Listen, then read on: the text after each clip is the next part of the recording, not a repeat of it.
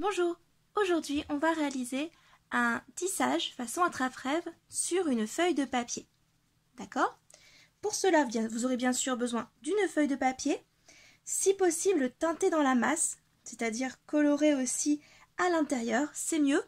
Si ce n'est pas possible, il faudra que vous fassiez attention à faire de petits trous.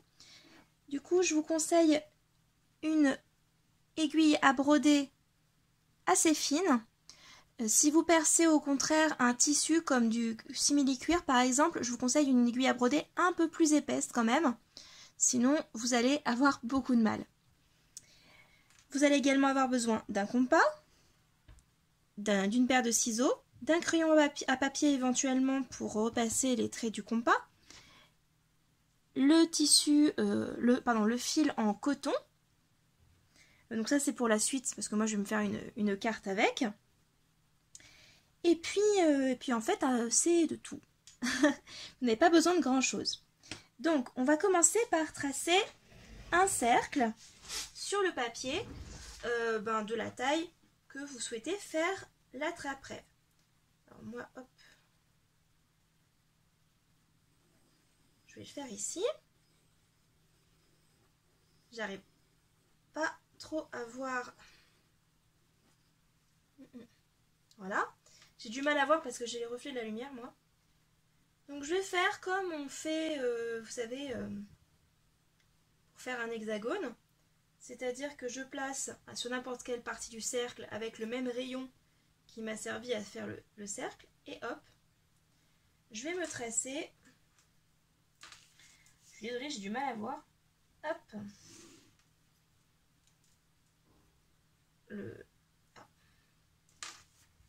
Le crayon se reflète et j'ai du mal à voir correctement mes traits. Bon, voilà, et normalement on arrive, bingo, on arrive au milieu.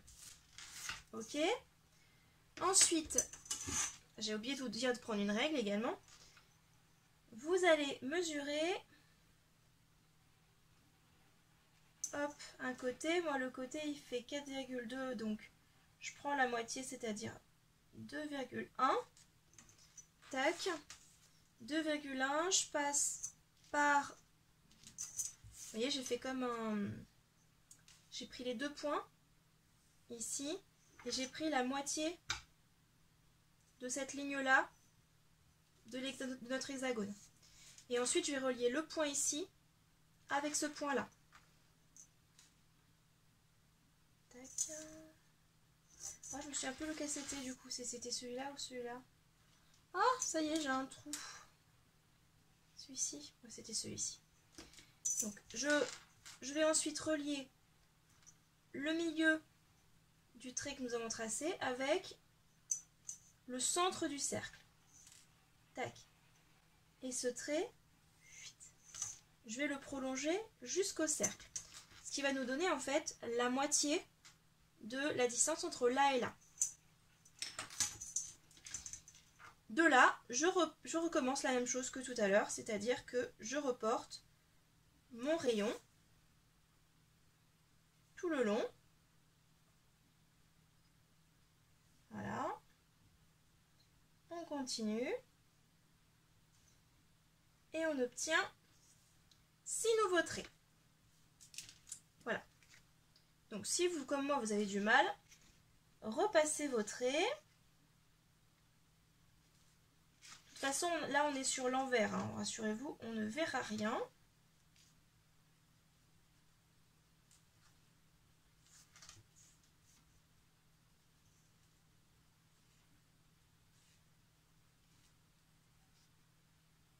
Voilà. Donc voici tous nos points pour faire un joli attrape-rêve vraiment régulier. Donc, j'ai l'impression qu'il y a certains points qui sont plus proches les uns des autres, mais bon, tant pis. Vous prenez votre fil de coton. Il en faut une bonne longueur, hein. Alors moi, ça me représente, on va dire, un bon mètre. En sachant qu'ici, j'ai une découpe format A6 à peu près. Et je ne sais pas s'il y en aura suffisamment. En tout cas, prévoyez une bonne longueur parce que il vaut mieux ne pas avoir à raccorder des fils. Quoique si ça m'arrive, ben, je vous montrerai comment on fait. Il y a une technique pour que les nœuds ne coulissent pas et que ça ne se défasse pas. Hop. Donc je suis en train de séparer deux des brins du fil de coton. Le fil de coton de DMC, il est formé de 6 brins. Et moi je vous conseille d'en prendre 2. Bon, en tout cas pour mon attrape-rêve, ça va me suffire. Plus vous allez utiliser une aiguille large, et plus il faudra prendre de fils ensemble. Moi 2 ça va me suffire parce que j'ai une petite aiguille. Si vous avez choisi une grosse aiguille, il vaut mieux bien sûr prendre plus de fils. Donc vous passez le fil de coton, je vais y arriver, le fil de coton dans le chat. Par rapport à une aiguille traditionnelle, vous voyez que le chat il est très allongé en fait. Alors que dans une aiguille à coudre, il est très très petit. Et contrairement à une aiguille à tricoter, la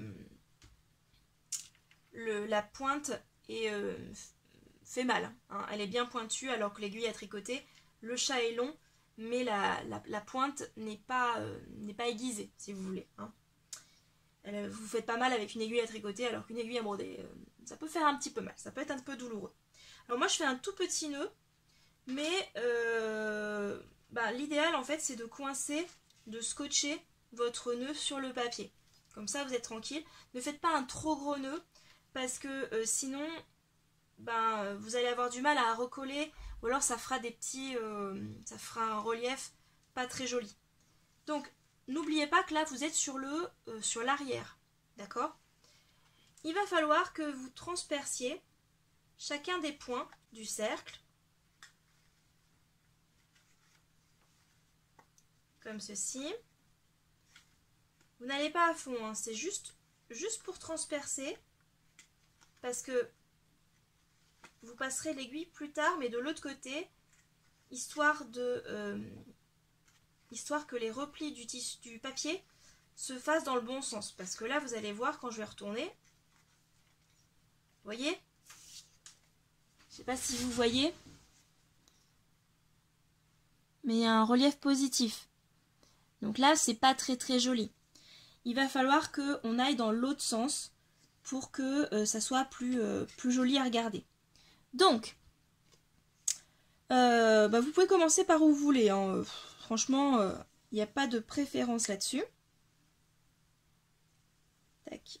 Voilà. Je vais doucement. Ah, voilà, ça y est, j'ai loupé mon truc. Je vous ai dit que je devais faire un petit nœud. Et alors, là, vous allez utiliser éventuellement, si vous avez du masking tape, c'est l'idéal. Vous pouvez utiliser du scotch aussi si vous voulez. Alors, vous couvrez pas les trous, hein. Surtout pas. Et évidemment, moi j'allais couvrir un trou. Hop, donc vous ne couvrez pas les trous. L'idée est juste de bloquer. Ensuite, vous allez repasser dans chacun des trous.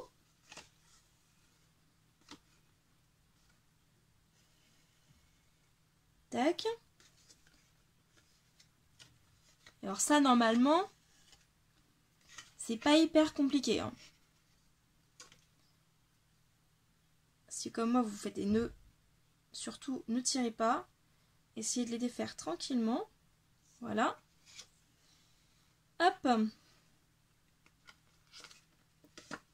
Ça me rappelle ce qu'on avait à faire. J'avais un jeu comme ça quand j'étais petite. Avec les petits malins en images. Et donc je devais m'amuser à recréer des petits personnages en utilisant une grosse aiguille et des grosses cordes. C'était en fait des lacets. Et ça ressemblait un peu à ça. Donc là on est en train de recréer le cercle.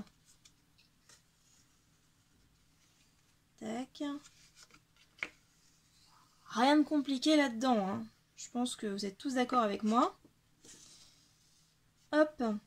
Ici, je repasse là, tac, et hop, je vais en sens inverse. Et là, tac.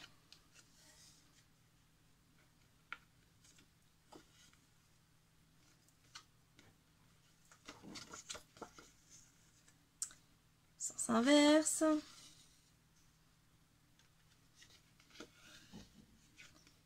Et là, comme vous le voyez, j'ai utilisé une bonne partie de mon fil. Hein. Mine de rien, on a l'impression que j'allais pas en utiliser beaucoup. Et puis finalement, j'en ai utilisé un paquet de fils. Bon. D'ailleurs, je pense qu'il est temps de me rajouter un bout. Donc, j'enlève de mon aiguille. Je récupère ce qui me reste. Je sépare les deux brins.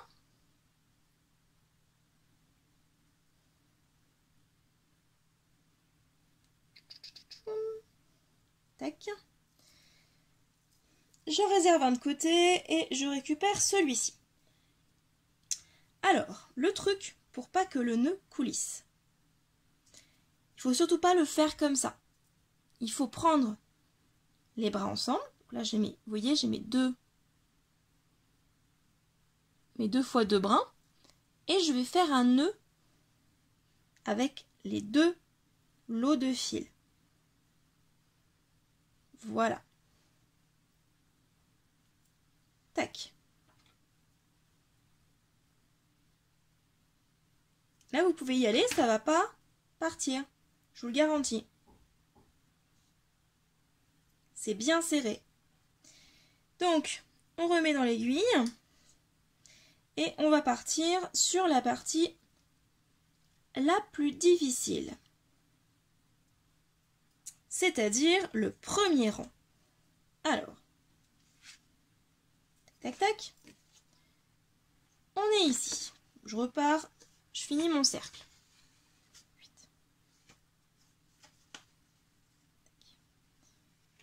Hop. Nous voici ici. Bon. Vous allez passer, vous êtes ici là, et vous allez compter un autre trou, et passer sous cette partie-là. Voilà. Vous tirez un petit peu, sans forcer, hein. Juste tirer un petit peu, sinon ça va déchirer le papier. Vous tenez avec votre pouce, et vous passez l'aiguille en dessous du suivant. Hop. Encore une fois, on tient. On passe en dessous du suivant, toujours dans le même sens. Moi, je fais toujours de l'intérieur vers l'extérieur. Si vous choisissez de faire de l'extérieur vers l'intérieur, vous avez le droit. Hein. Mais il faut toujours rester dans le même sens. Hop. Vous êtes en train de faire une belle étoile. Une étoile à 12 branches, si je ne me plante pas. Et on fait ça sur tout le long. Hop.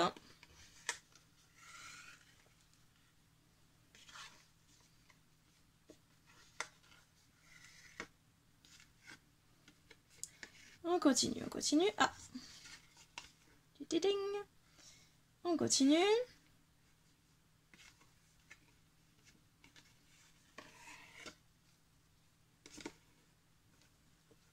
Ah, j'ai un nœud.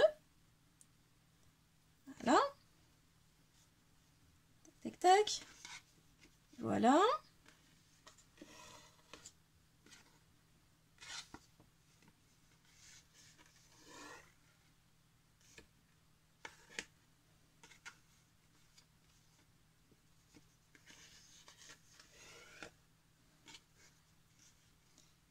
Ensuite, vous avez fait quasiment votre tour. Là, vous allez passer au niveau du triangle, du bas du triangle, hop, qui avait été fait en premier. Et voilà. Et vous enchaînez avec la suite, etc., etc. On va fonctionner en spirale. Voilà. Ah, j'ai un nœud. Aïe, aïe, aïe. Moi, ça m'arrive tout le temps d'avoir des nœuds, hein, je vous le dis tout de suite.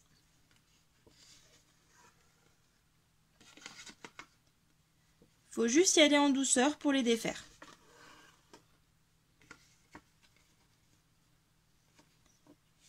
Continue.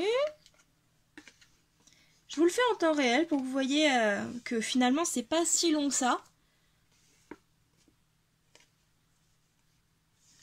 Ça paraît très difficile et puis en fait ça l'est pas tant que ça.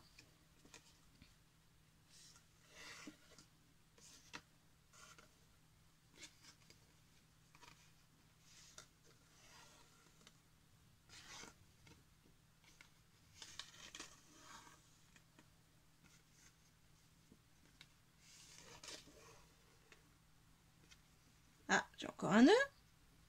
Quand je vous disais que ça m'arrivait tout le temps. Voilà, défait. J'ai fait une bêtise. Prenez bien les deux fils en même temps et pas juste un seul. Voilà. Et on continue. On fait ça en spirale.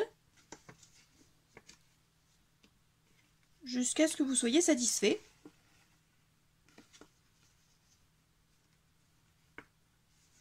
Alors le deuxième cercle, c'est un peu plus difficile, hein, puisque les triangles sont plus petits. Et plus vous allez avancer dans le tissage, et plus les triangles vont être petits, et plus ce sera difficile. C'est normal. Essayez de ne pas trop tirer. J'ai loupé un fil. Essayez de ne pas trop tirer, parce que si vous tirez trop... Ah, zut. Si vous tirez trop, vous risquez de faire gondoler le papier et ce ne sera pas très joli.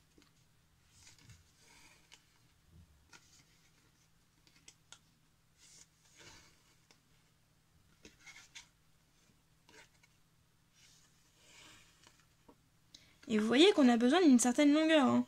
Je suis arrivée à... Là pour l'instant, j'ai 1 mètre de ficelle hein, qui sont déjà positionnés. Et je vais utiliser probablement, même sûrement, les 2 mètres.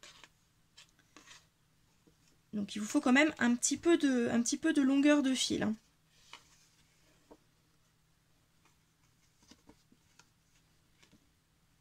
Là. On entame notre 3e cercle. Tac. Après, il va falloir penser à savoir comment vous voulez finir.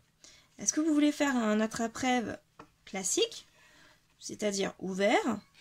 Dans ce cas-là, il suffira de faire un nœud simple quand vous verrez que vous avez une ouverture qui vous plaît.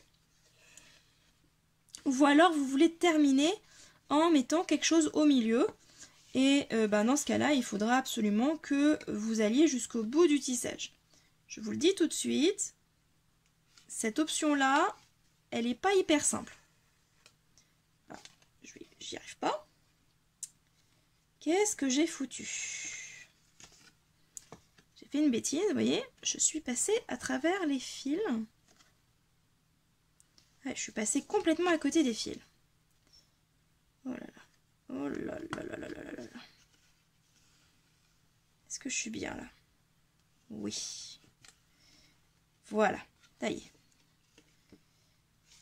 Quand on fait une bêtise, vous voyez, comme ça, on panique pas, on tire pas surtout, et on essaye de comprendre comment défaire la bêtise. Voilà, voyons. J'enchaîne mes bêtises. Hein. Tac. Si pour débuter, il vaut peut-être mieux que vous commenciez avec un fil qui se voit bien sur le papier. Parce que si vous commencez avec un fil ton sur ton sur le papier, vous allez avoir beaucoup plus de mal à voir justement les fils et à voir où sont vos erreurs.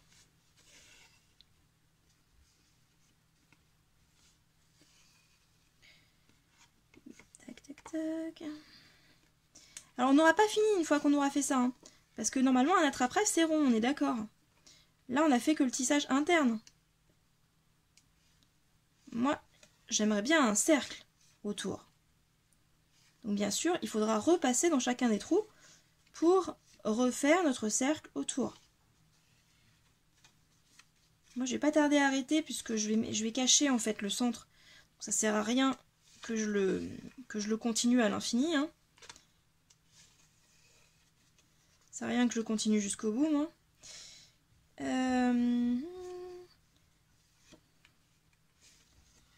Voilà.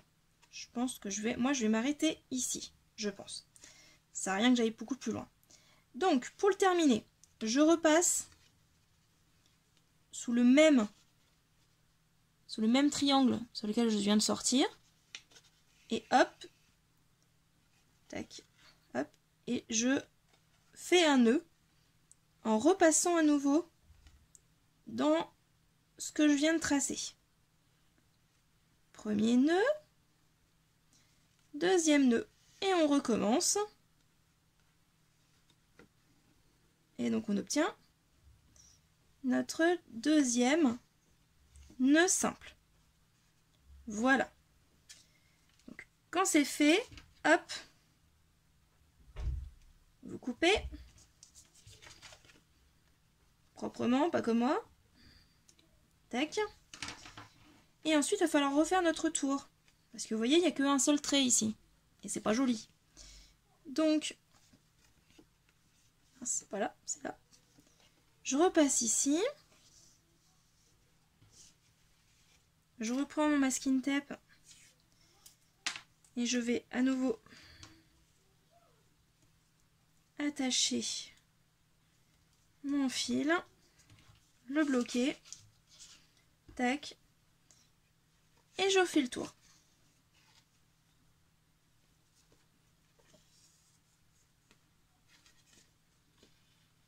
Voilà. Hop. Tac. Hop.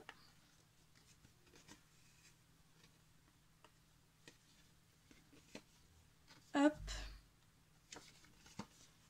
Hop. Tac. Et on revient dans l'autre sens. Ah, je vais en avoir juste assez. Je pense, j'espère. Oh, ce serait bien que j'en ai juste assez. Tac. Hop. Oh bah dis donc. Je l'ai pas fait exprès, hein. Pile poil. Et voilà. Je le bloque à nouveau avec mon masking tape. Soit le même, soit un nouveau. J'ai la flemme d'en déchirer à nouveau. Hop. Et je le bloque comme ceci. Et voilà mon tissage façon attrape-rêve.